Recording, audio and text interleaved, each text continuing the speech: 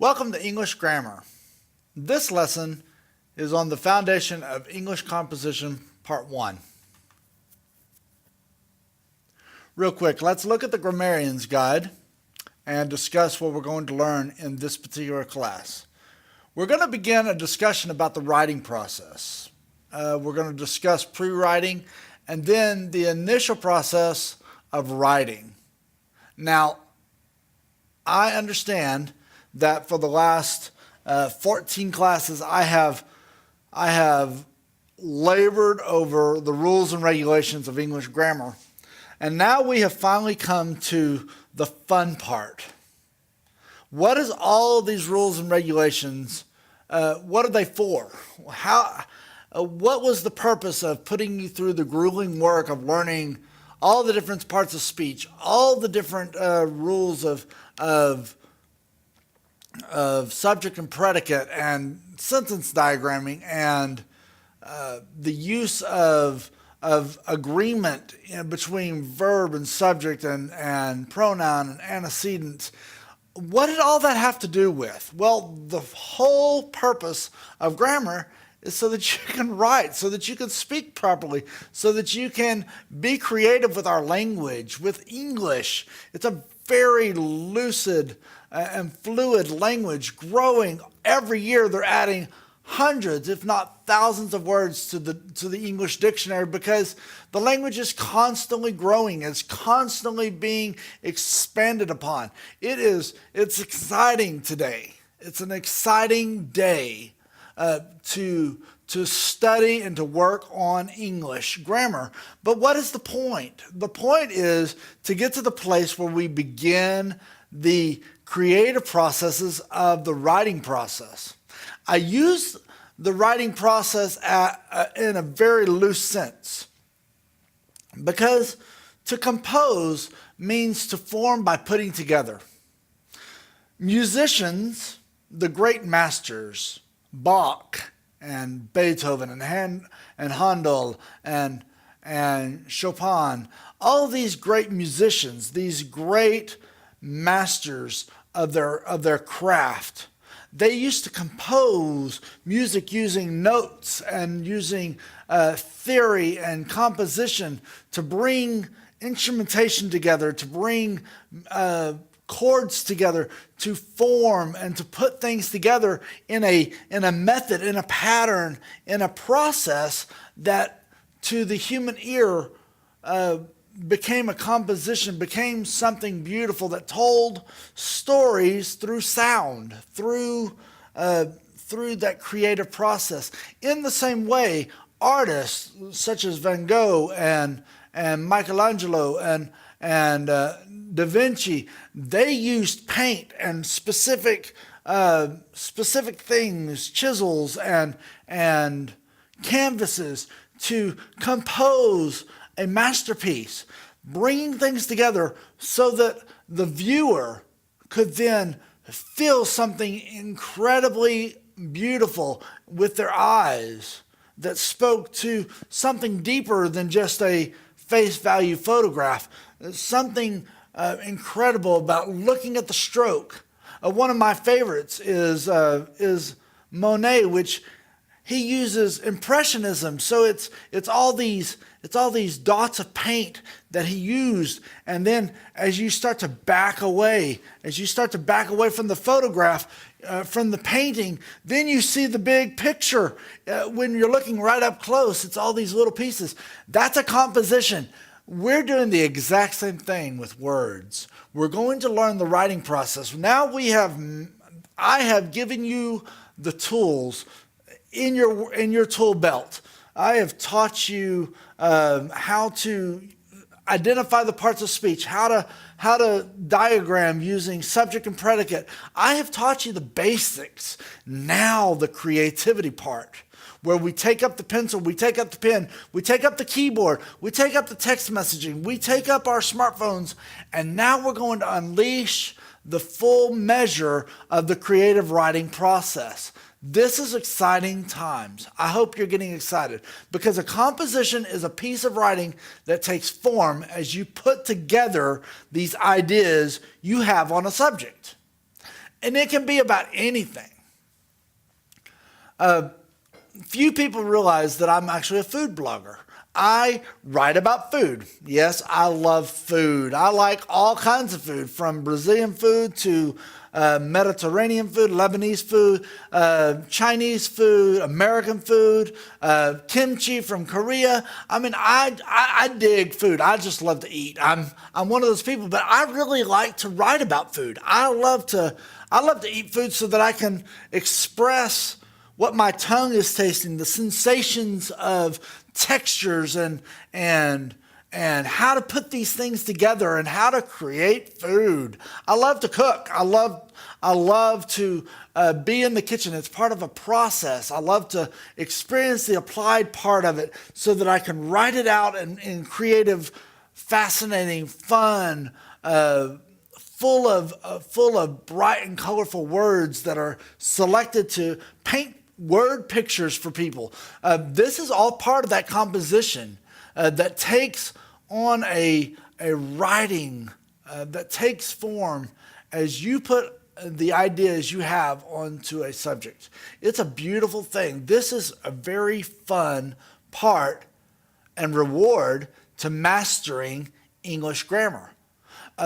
By the way, all these tools that I have given you up to this point, you need to continue to review them. You need to continue to read over your notes and read over your assignments and to listen to my words again. All of these tools that I've given you, don't just put them aside or put them on the back burner of your brain. No, you need to review these things, because these things will only make you a stronger writer.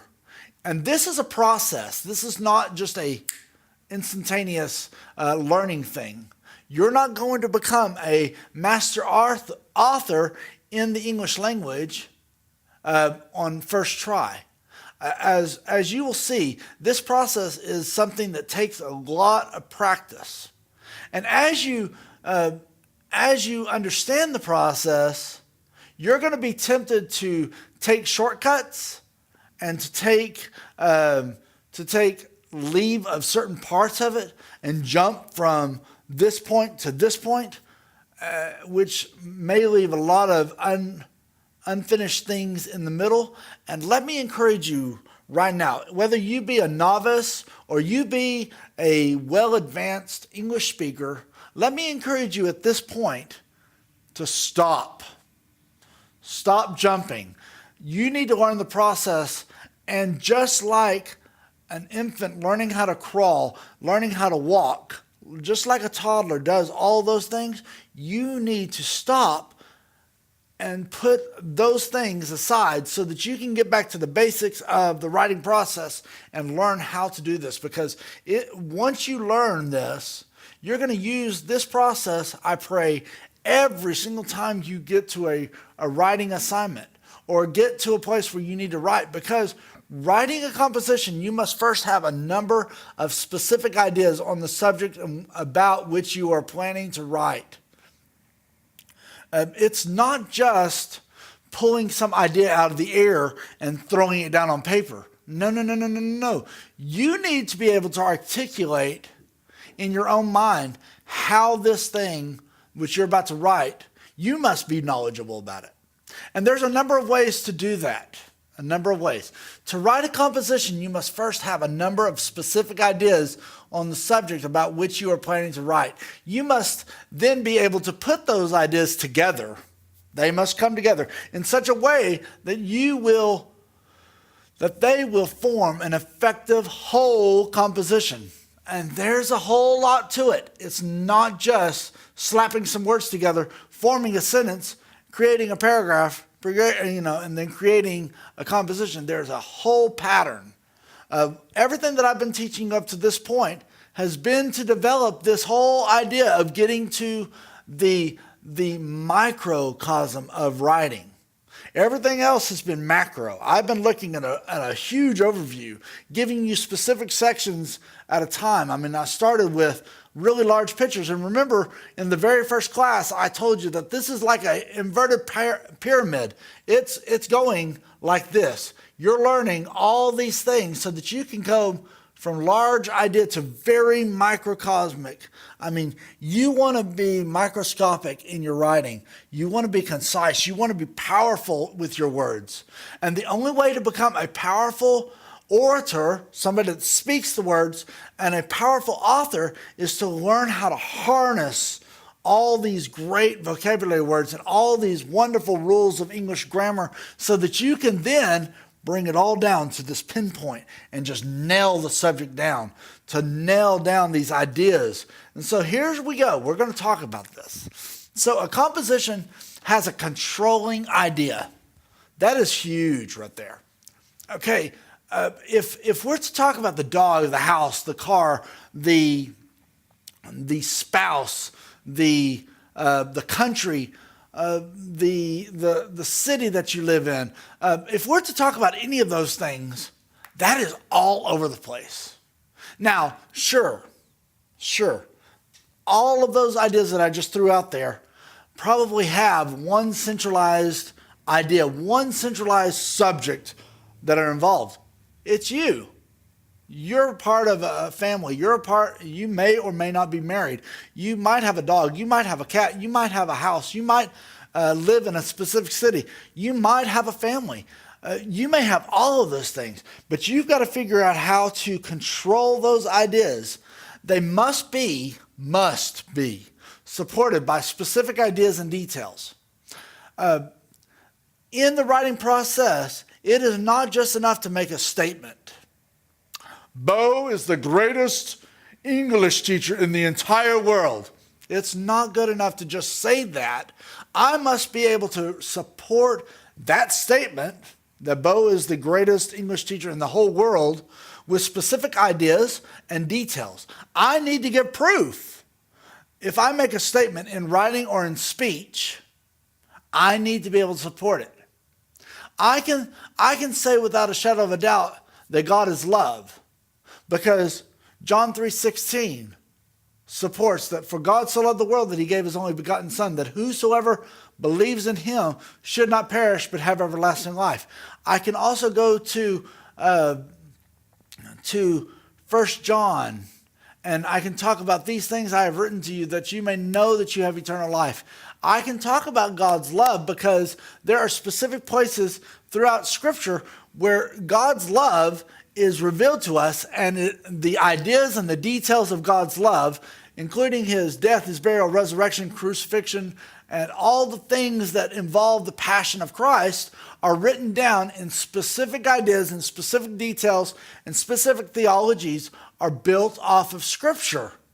So that is the controlling idea, that God is love, and the specific ideas and details are then recorded in Scripture. I can go and reference those things, while at the same time I can reference Spurgeon, I can reference D.A. Carson, I can reference John MacArthur, I can reference anyone, I can reference David Allen, I can reference Paige Patterson, I can reference all these great theologians of our age or the age past, and I can tell you and I can show you specific ideas and details why God is love is a controlling idea for any specific topic. A composition is made up of several paragraphs. Several. Okay? The typical assignments that you would find in an English composition class would probably be about 5 pages. So about 3,000 words. 3,000 English words. Okay? Five pages, about 3,000 words. Not that heavy of a deal. But what do you do to get to that place? Well, you have to understand that they are usually arranged with an introduction, a body, and a conclusion. Just like in the English grammar processes, we started talking about paragraphs. Well, let's break this down just before we get going crazy on the different parts of a composition. Let's talk about the basics. So let's talk about a basic paragraph. I think I've reviewed a little bit about this in previous times. Most paragraphs are 3 sentences. 3. 1, 2, and 3. Okay? They have a main idea. Then they have 2 supporting clauses. 2.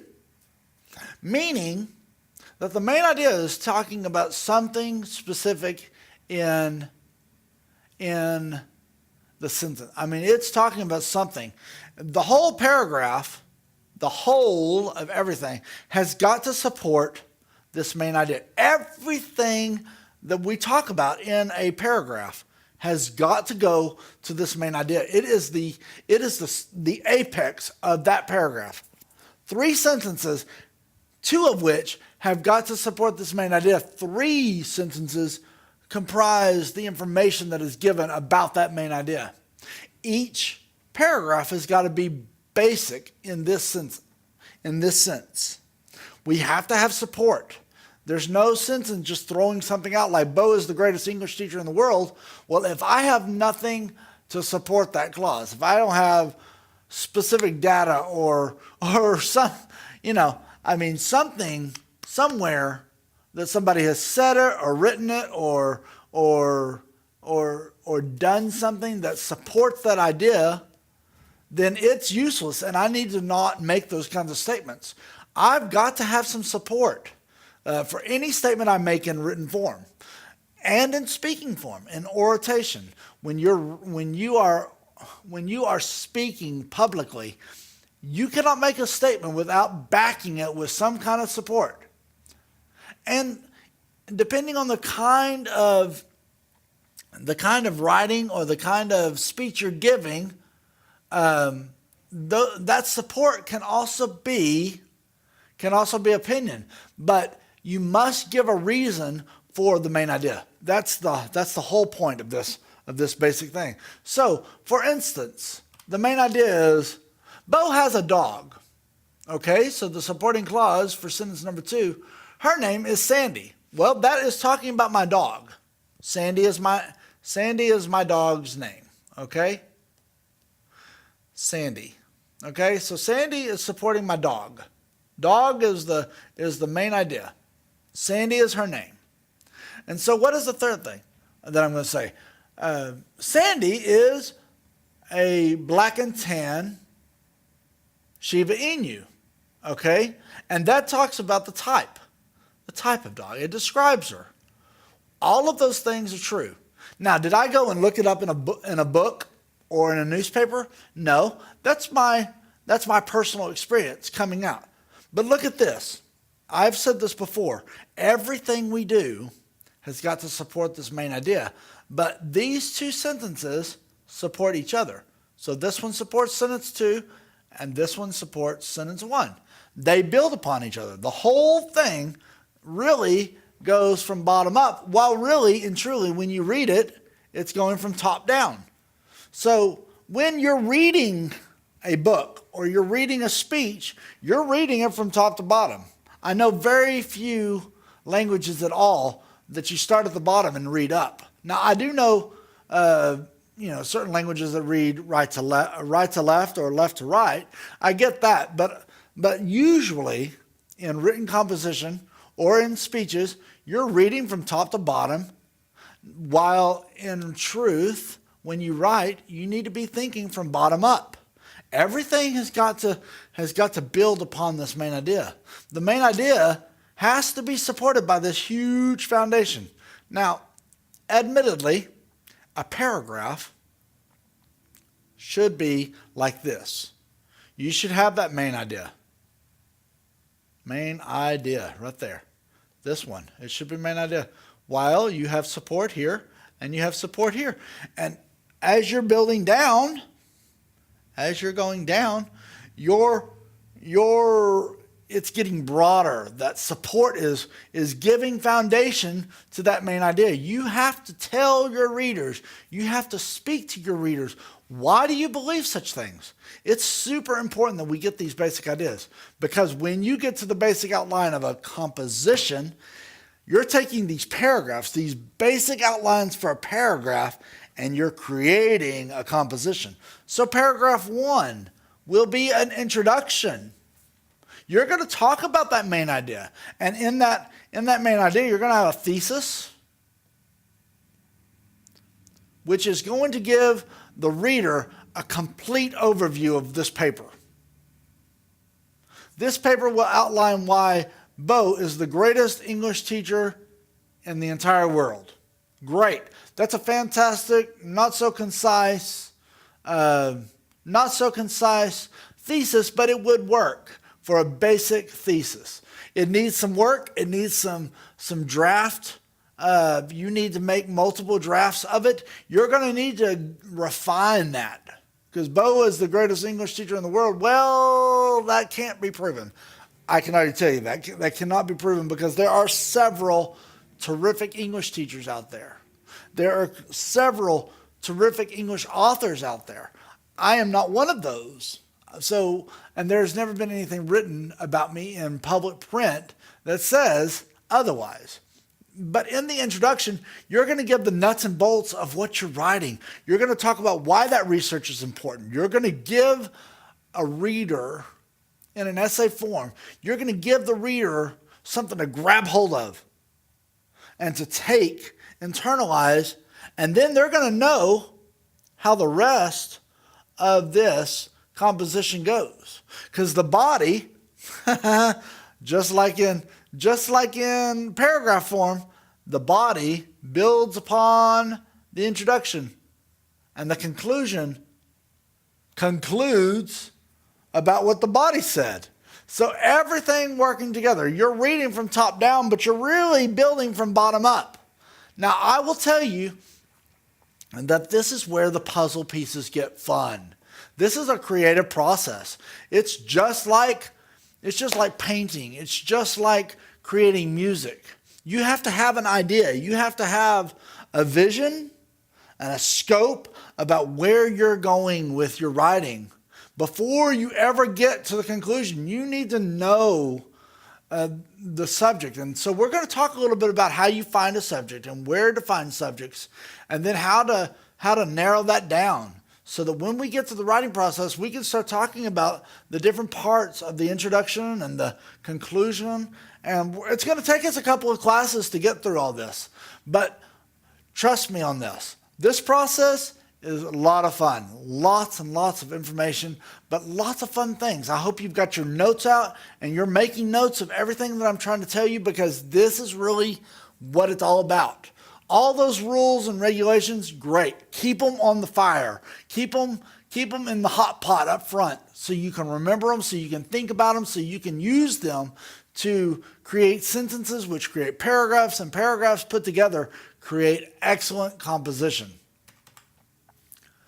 So keep in mind that while the basic composition outlined is rather simple, it applies to the 4 modes. There are 4 modes of writing.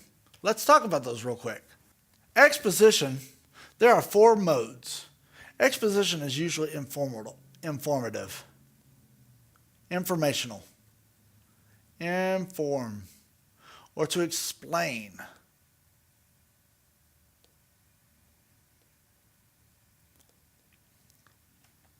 Now, let me tell you, these modes often overlap.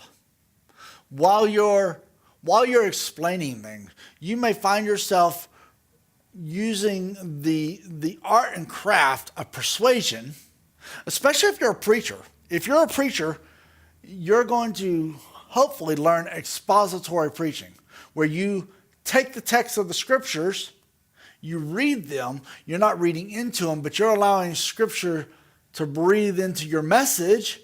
So therefore, you are informing people what the scriptures say, and then you are explaining the scriptures as the first century Christians or the Old Testament believers would have understood it, and you're explaining to them how to apply scripture to their lives.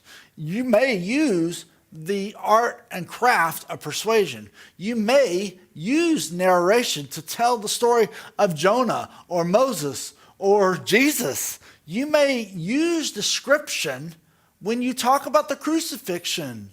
When you're preaching and teaching, you may use all of these different modes of writing. But let's look at what they really are.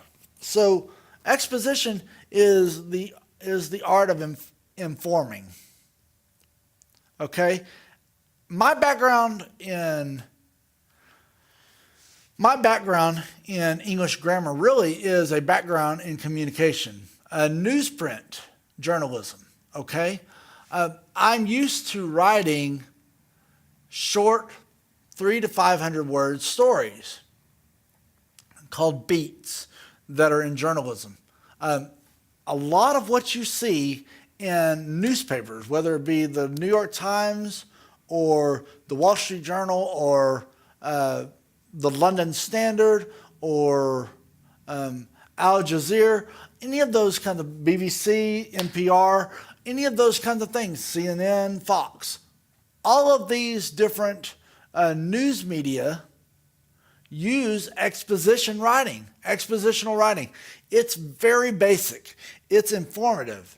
They take information that they have gathered and then they explain what they've learned from it, usually trying to keep themselves out of the story and just giving the facts, just giving the truth. Now, whether or not they're doing it correctly, that's an ethical issue, but we're talking about the basics of the writing process, the exposition, taking information and then explaining it. If you're doing an opinion column, which in college and in my first newspaper job, I was an opinion columnist on top of my normal beat, my normal reporting schedule. I got to write an opinion column. It was fun.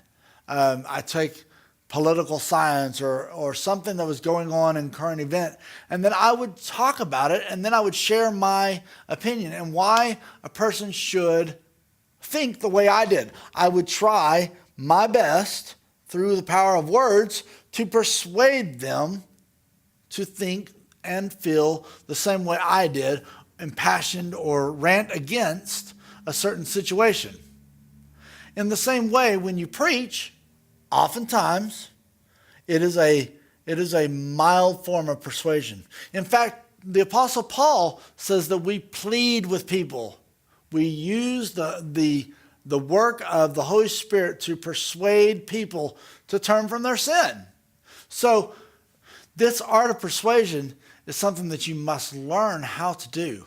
It is so important that you learn how to use your emotions, the emotions of others, to persuade them to feel or to believe a certain thing or a certain way. Narration, I already kind of gave you that away. Narration is telling a story. It's usually not your own story, but rather it is explaining the events that are happening. Matthew, Mark, Luke, and John, the four Gospels of the New Testament, Matthew, Mark, Luke, John. If you'll think about those Gospels, they are in narration. The authors of each one of those Gospel stories are telling the same story from four different perspectives. They are narrating a story to us. Just like in the Old Testament story of Jonah, and the book of Jonah, about the prophet Jonah, who had a message to give to the Ninevites. Well, we are looking at a narrated story. Somebody is telling that story about Jonah and the well and the deliverance that God gave to the Ninevites. So there is narration all throughout Scripture, and you must learn to recognize these four modes. And description, of course, is exactly what it sounds like. It's kind of a describing. You're describing what you see, what you taste, what you feel, what you hear, what you smell.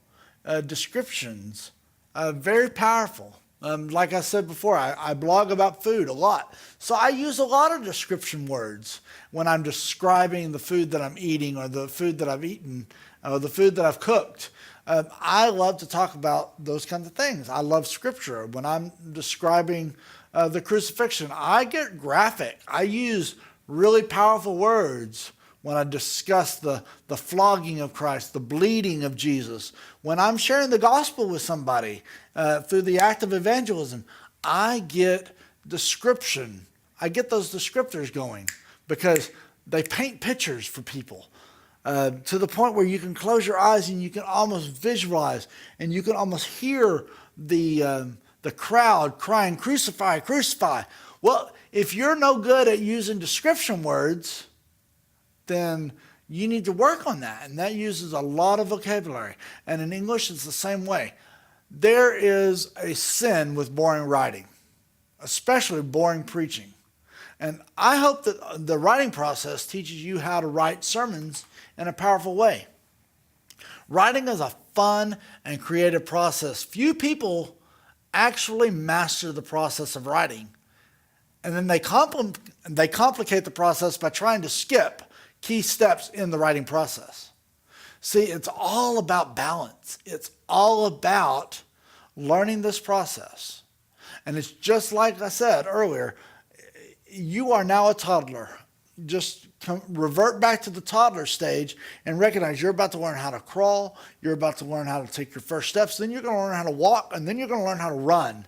But it's a process, and it's a process that is fun, it is creative, and it changes often depending on your assignment and depending on your research. Selecting a subject. This is the first step in deciding how to select your writing subject. Okay, so two sources that I can immediately think of to draw from in your research, in your search for a topic. Your own experiences. Okay, well, you may be a 19-year-old and have very limited life experience.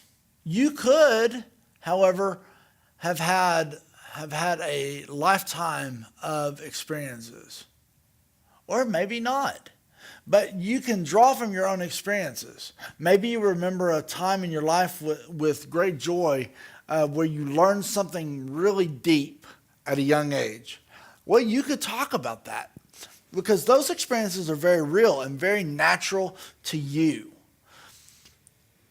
On the other hand, if you don't have the depth of a lifetime of experiences or knowledge that you've learned about, then maybe you will choose to use the experiences of others, which is absolutely perfect. It's absolutely appropriate to do these sorts of things. I love biographies. I love to read biographies because oftentimes, or autobiographies, biographies are written about someone's own experiences, while autobiographies are written about the experiences of some other person. So these biographies and these autobiographies are these two sources. They're explored and they get into the depth of a person's mind and motive and heart and soul and lifetime. And so you learn all about different people either through their own eyes or through the telling of their story from somebody else's experience. In the same way, a journalist, if they're column writing, an opinion column, then they're probably using their own experiences or the experiences of others and then inputting their own opinion and their own flavor to it. They're writing, although these two can kind of cross over. You can see how that works. Most often, news journalism is writing about the experiences of others. Now, you may think I'm a loon. You may think I'm crazy, but there are topics everywhere for you to explore and to write on. Real quick, let me talk to you about something really simple. And I truly believe that this will help each and every one of you. You need to create and use a writer's journal. Now, this journal is not for everybody else's eyes or for everybody to read. It's not your private journal where you write your day's events down and you journal your life. Although I guess it could be, and it's not a public blog. This is where you collect your thoughts, collect your information, navigate and explore your own creativity on a subject, i.e. brainstorming. and you're collecting everything in one place. Now, that could be a notebook on your smartphone where you put in information as you come to it. Remembering that the writing process, the good writing process, doesn't just take hours. It sometimes takes days, even weeks, to get a paper, to get a composition perfect, to get it as clean and readable and enjoyable, not only to write, but also to read. This is a process that takes time. It's not something that you can do in just one zip. Oh, that's done. Bye-bye. Delivered to the teacher. It's fantastico. No, more than likely, if you just jot something down and turn it in, and you expect that to be English composition, that teacher is going to pick your grammar apart, is going to pick your subject apart, is going to pick your details apart. Why? Because hopefully your English professor, your English teacher, your professor in any other class that you're taking is going to be able to see that you didn't think everything through. You didn't develop the subject matter. You didn't labor over it. You didn't wrestle with the text of your own writing. You didn't get creative enough. You didn't use enough vocabulary. You didn't get into the thesaurus and develop new words in your vocabulary that describe things. You were too repetitive. All these things can be solved by the use and the creation of a writer's journal. Now, for me personally, my writer's journal is actually a file on my computer, but also a notebook at my house that I keep on my desk, so that when I'm writing a paper, or I'm writing different things for different purposes, and so I'm constantly keeping several journals. I have not just one journal, but I have several journals for several different writing projects, because I want to make sure that I keep my thoughts on those specific topics in their right place, so that I can review them, so that I can continue to add information to them as I'm writing. And once I've written, then I go back and I review all my notes on these writer's journals, and I see how they can apply to each of my different assignments. This will become your place to navigate and explore your creativity on a subject. To draw on your own experiences for a possible subject, for an expository composition, a composition that is going to inform and explain, you need to ask yourself the following questions. First question: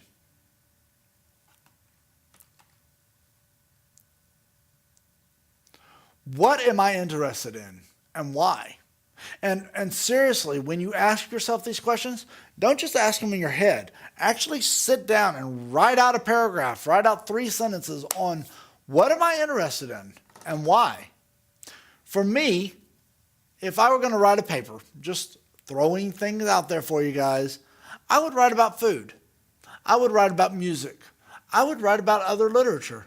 I would write about theology. I mean, I can right off the top of my head, I can name off about 10 to 15 different subjects that have nothing to do with each other, or could have everything to do with each other.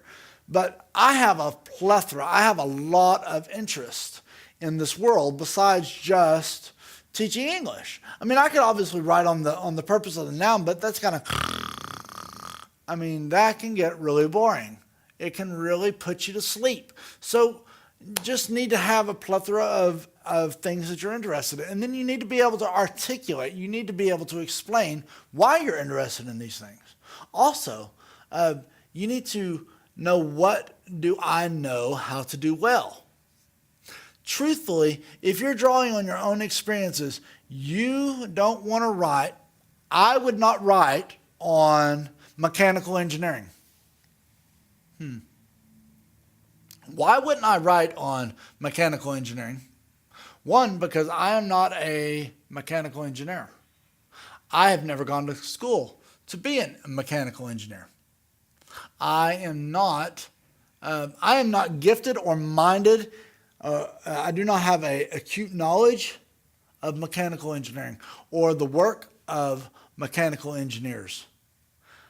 I cannot I could not write about something I do not know anything about. Now, yes, I can go to the library and I could probably pull 10, 15, 20 books off the shelf and read about mechanical engineering, but would I really understand what I read? Because I have no background in those areas. It's not to say I can't learn something. I can't read about these things. But for me to consider myself an authority on an essay in mechanical engineering would be silly. It would not be a smart idea for me. What do I know a great deal about? Now, you might think that the third question is the same question as the second, but it's not, because I have to know a lot about it. I happen to be a pianist. I happen to know how to play piano really well. I went to school. I have a degree in music. So I happen to be a really terrific musician. I can play saxophone. I could talk about the saxophone. I could even write about saxophone pedagogy or the best music for saxophone, or this or that, or mechanical repairs for a saxophone or even for a piano, because I know something about that. I have done some repair to saxophones. I have played saxophone for years, so I know a great deal about it. I have personal experience. What unusual experiences have I had? Now, that's a fun one, because now when you get to this place, when you get to the fourth question here, now you're talking about, well, what kind of funny things have I done? What unusual things might interest other people that I have had that they may not have had? Like the fact that my food blog is specifically about cast iron cooking. I like to cook in cast iron, old cast iron skillets. I like to go to garage sales and to antique stores and to the internet. I like to find old rusty skillets and Dutch ovens and all these kinds of pieces. I like to buy them and find them in disrepair and repair them myself, and then use them and make masterpieces out of them and give them away as gifts. Those are unusual experiences that I have had that not many people have. It's all part of a process. These are some things, some ideas that I would write about if I were to write. So I would ask myself, what am I interested in, and why? What do I do well? What do I know how to do well? What do I know a great deal about? And what unusual experiences have I had?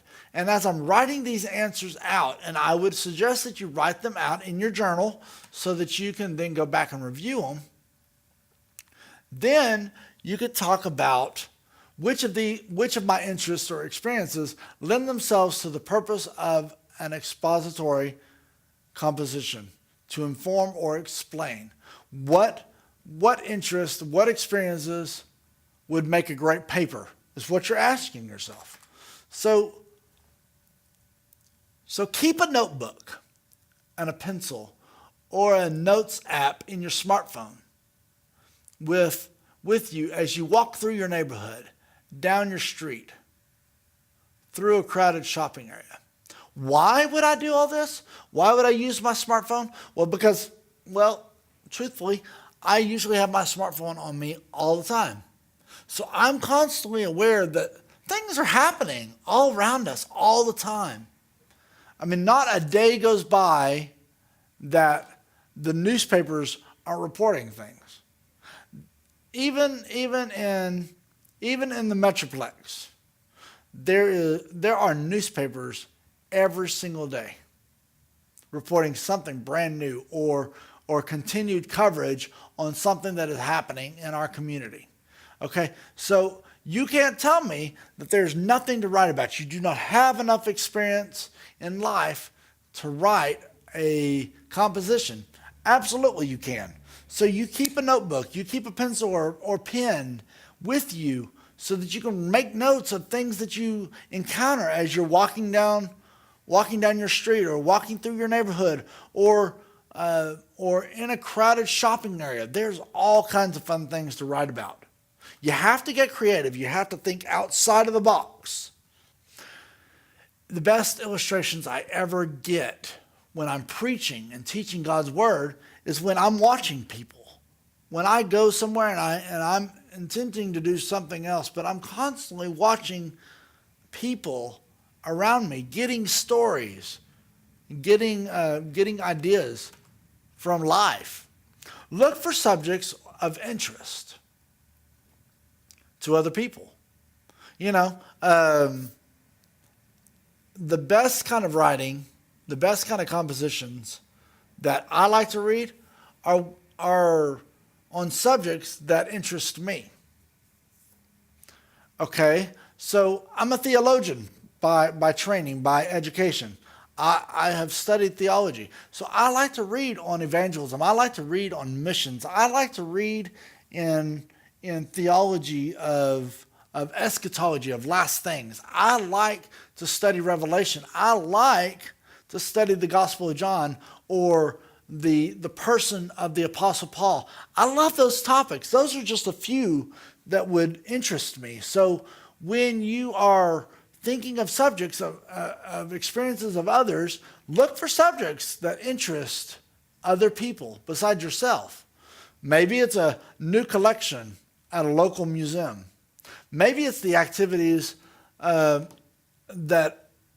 are sponsored by the Parks and Recreation. Maybe it's just activities in your community that interest other people.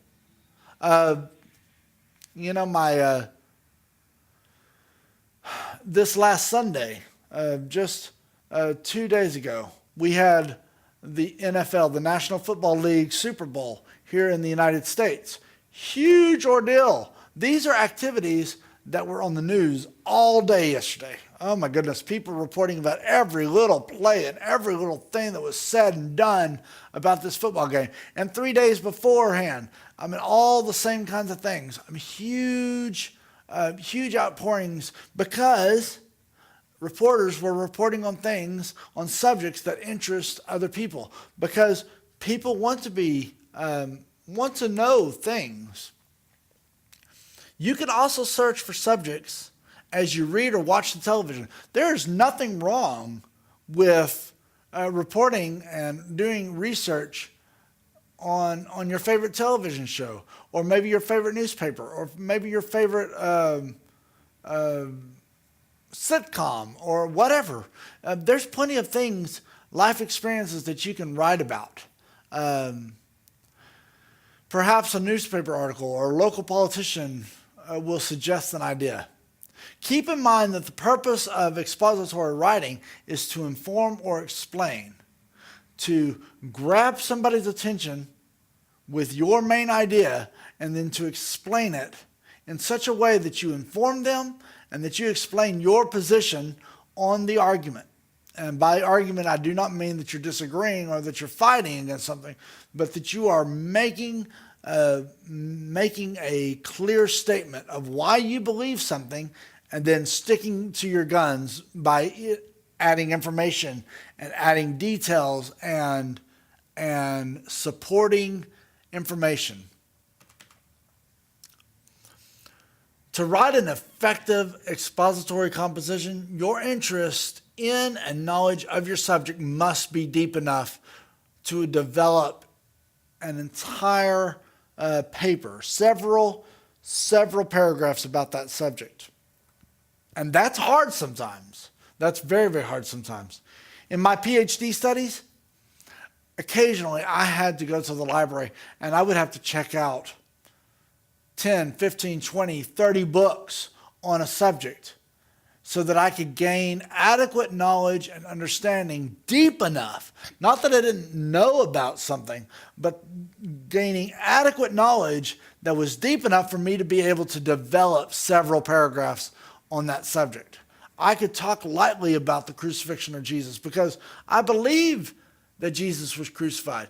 But then to talk about the work of salvation, the soteriology of Christ at the cross, I would have to go and pull books down off the shelves to read deep enough that I would be able to explain and inform the reader why I believe that the crucifixion is the moment of our salvation. So you see, you have to know something. You have to have interest, but you also have to have knowledge of your subject in order to write that paper well. Selecting a subject. Therefore, with everything that I've said, choose your subject carefully. This is a refining process to better analyze the subjects that you have identified. Ask yourself the following questions. Okay, so is the subject more interesting to me than the other subjects that I've identified? When you're making this list of, 5 to 10, 15 subjects that you have some knowledge of and that you have interest in, you need to identify which subject is the best of all of them. Which subject is going to draw your attention. You do not want to be bored with your own writing, because if you're bored with your own subject, I promise you, anybody that reads your subject will be snoozing. It is just that way. You must identify that subject that fires your rocket, that excites you to no end. And do you know enough about this subject to explain it clearly or to be effectively informative about it? Can you talk about that subject for several paragraphs? And by several, more than 3. In the body of composition, you need to have 6 to 7 paragraphs on this. So that's, 7 times 3 sentences each. That's about 21 to 28 sentences, depending, give or take, on your subject. And you have to identify main ideas, different parts of this subject, and then you have to support each part of those subjects. I mean, you have to really get deep with this. There is so much to it. Is my experience with the subject wide enough to enable me to explain it to somebody else? You have to know the subject really, really well so that you can actually write it out, so that you can actually explain it to somebody. Because how to change a light bulb? Well, I may understand that you need to take the bulb and stick it in the socket and turn it counterclockwise to wind it into the socket. Well, that may make sense to me, but if I were to write it out, it may make no sense whatsoever to anybody else. So I have to have an acute knowledge of that area. Now you need to limit that subject. The topic not only provides the focus, big time focus. You have to have a topic. It not only provides the focus for the broader subject, but it also limits the subject to a manageable size. Seriously, if I'm going to write about Bo Brewer as the greatest English professor in the world, well, that's a huge topic. It is not manageable. If there were a lot written out there about Bo Brewer being the most wonderful English professor in the world, it's still not a manageable size. You have to narrow that subject. You have to get that triangle. You have to drill down into your subject. You need to do that. And all of this happens long before you even get to the paper where you're typing it out or you're writing it out by hand. You gotta, before you're even drafting, this is all preliminary stuff. This is the stuff that gets your nuts and bolts going. You have to cover it broadly, and you have to bring it down. So let me give you some examples of what I'm talking about, broad topic. So a broad subject for me would be energy. Okay, folks, I'm not going to write a paper about this, and I'm not asking you to write a paper about this. I'm just showing you how to narrow down your topic, how to narrow down your subject, to limit yourself so that you can write a exacting science on paper. Okay, so broad subject would be energy. That's a huge topic. I mean, that could be anything. That could be from the use of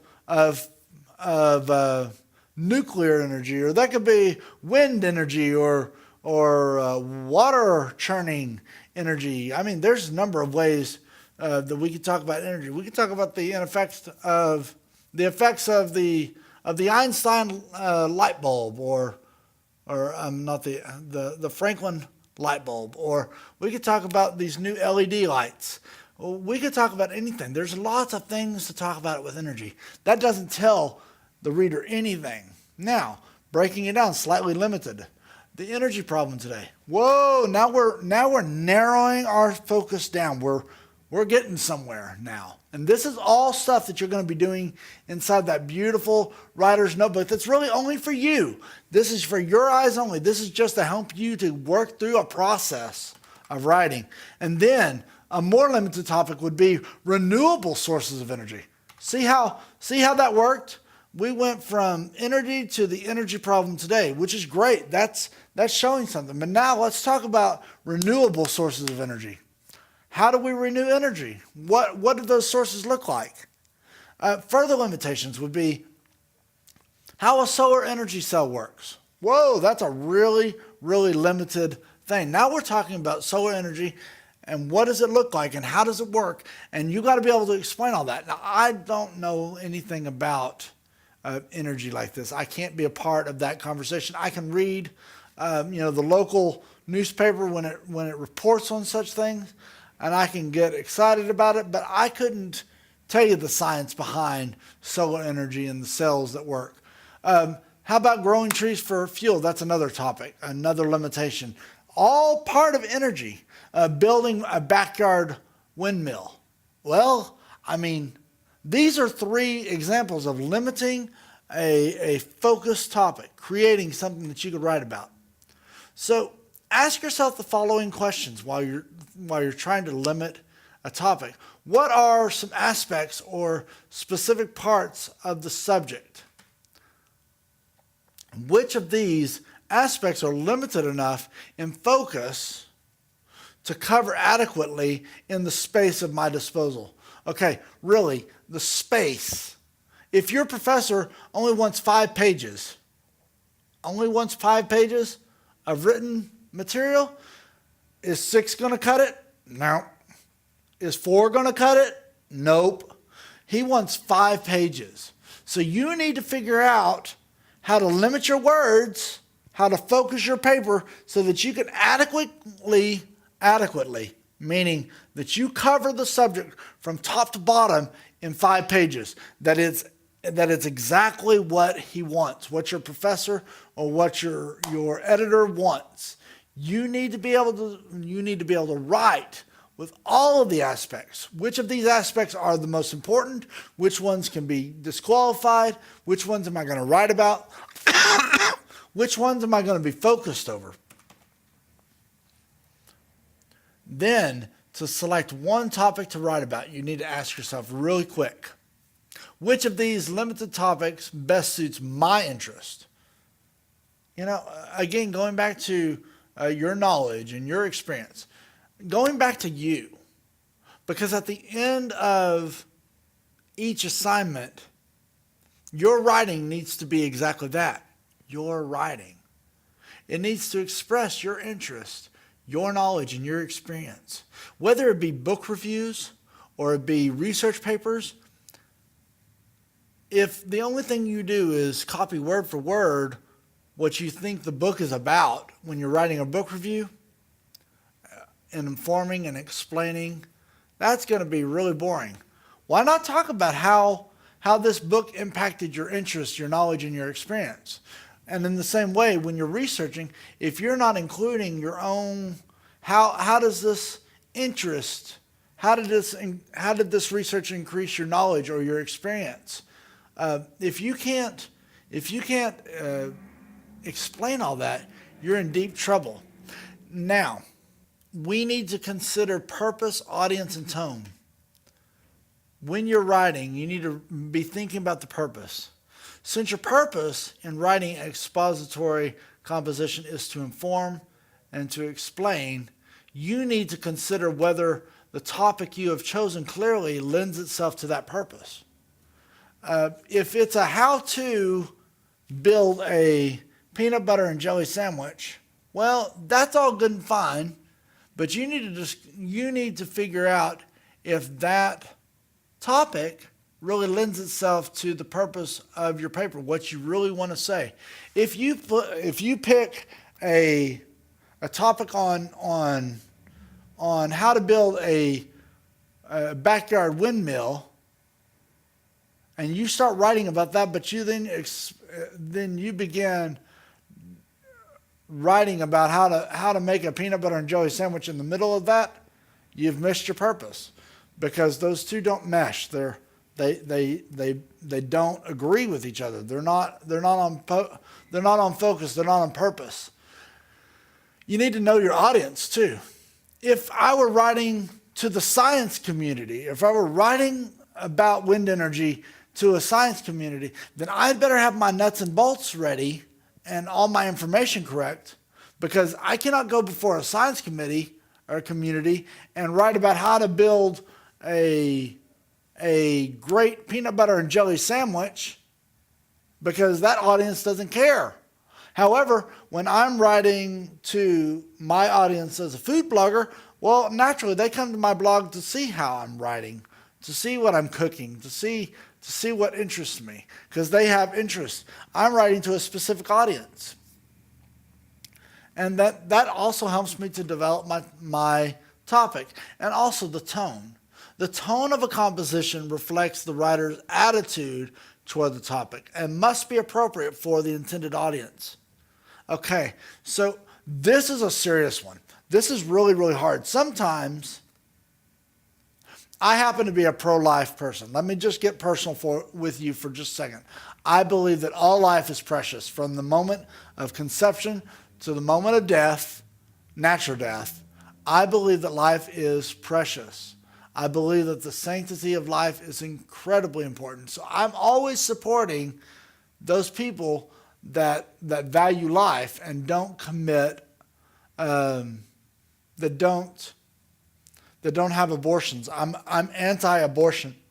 But I would say to you that if I'm writing about an abortion issue, which I've had to do before, when I'm writing about abortion, I have to check my own attitude so that I take a tone that is not judgmental, is not mean-spirited, is not rude, but that I can take myself out of the subject and actually write and present the facts and present the explanation. Now, does that mean that I cannot have my own opinion? No, it does not. But it means that when I'm writing, I need to understand the tone of a composition needs to reflect my attitude toward a topic, and it must be appropriate for the intended audience. Choose a title that reflects your topic and purpose. Collecting data. Now I really believe that if you want to get to the nuts and bolts of the best writing ever out there, it's about how you collect your data. How are you gathering information for a composition? It can be informal and it can be formal.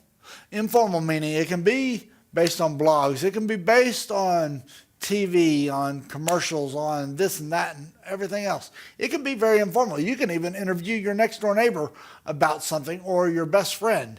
That can be informal information that you're getting based on your subject. It can also be very formal. Formal meaning you're going to the libraries, you're going to recorded journals that are peer-reviewed, or you're going to research newspaper articles that are not just opinion articles, but actual news reporting.